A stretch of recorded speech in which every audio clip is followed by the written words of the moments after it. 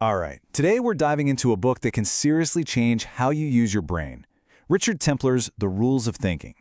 We're going to explore why so much of our thinking is stuck on autopilot, and more importantly, how we can switch it off and start thinking with way more clarity and purpose. Let's get into it. So let me just ask you straight up. Is your brain on autopilot? I mean, really think about that for a second. So much of our day is just habit.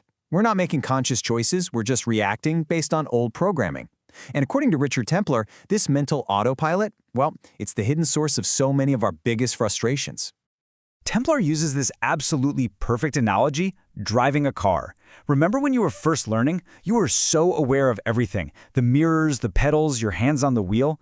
But after a few years, you just get in and go, right? Your body just knows what to do. The scary part is our brains do the exact same thing. They fall into these comfortable, well-worn grooves that are often really unhelpful. And that brings us to the first huge issue the book tackles head-on, the real danger of living your life with your brain on autopilot. This is where we get stuck in these endless loops, making the same mistakes, having the same pointless arguments again and again, and we don't even see why it keeps happening. This slide just nails it. I mean, think about that one argument that you always seem to have with your partner or a family member. Is it actually about the dishes left in the sink? Templer says, almost never. Your autopilot brain fixates on the dishes, but the real fight is way deeper. It's about feeling unheard or unappreciated or stuck. Your autopilot completely misses the point. Okay, so if autopilot is the problem, what's the solution? This is where Templer introduces the central idea of his entire book, becoming what he calls a rules thinker. It's all about intentionally taking your brain off autopilot and starting to consciously manage how you think.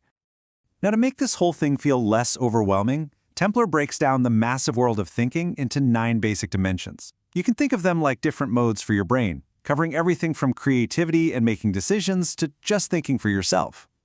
And across those 9 areas, he gives us 100 simple, practical rules. And I mean practical. This isn't some dense, philosophical textbook. These are straightforward, actionable things you can start doing today to get a little bit better, one thought at a time. So here's the bottom line. A rules thinker doesn't just think. They think about how they're thinking. They stop treating their brain power as some fixed thing they were born with and start treating it like a skill. It's a muscle that you can actually train and make stronger with practice. So where do you even start? Well, it all begins with the first and most crucial dimension, the foundation for absolutely everything else, learning to think for yourself. Get this wrong, and honestly, none of the other rules are going to stick.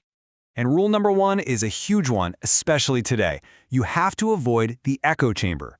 Look, it feels good to be around people who agree with you. It's safe, it confirms what you already believe, and it makes you feel smart. But Templer's warning is clear, that comfort is the absolute enemy of real thinking. And the difference is just night and day.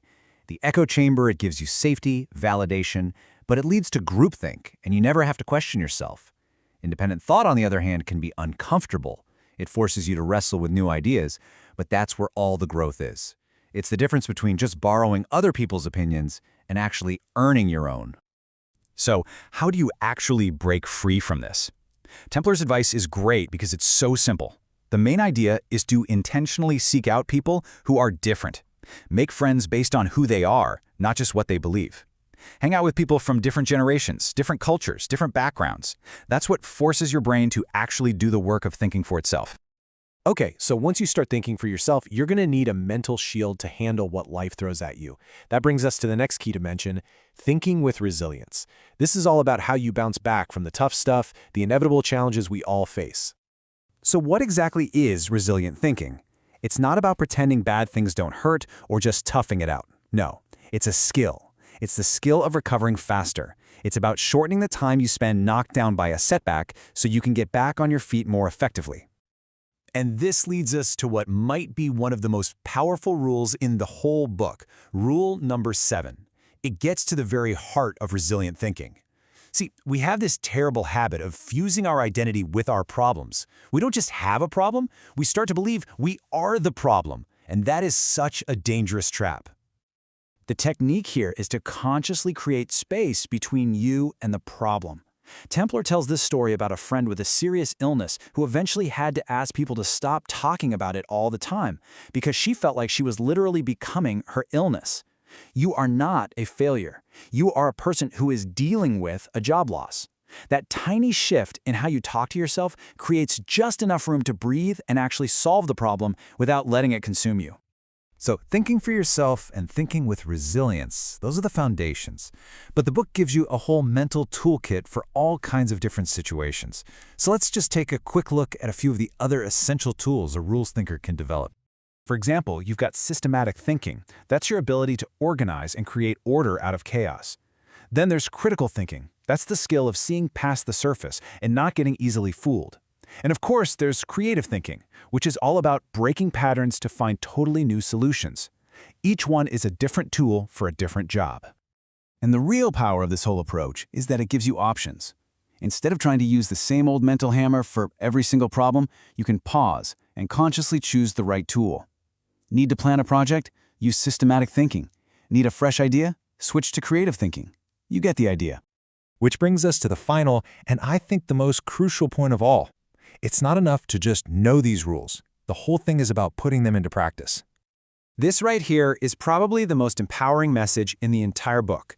You are not stuck with the brain you have now. Templar really drives this home. Good thinking is a habit.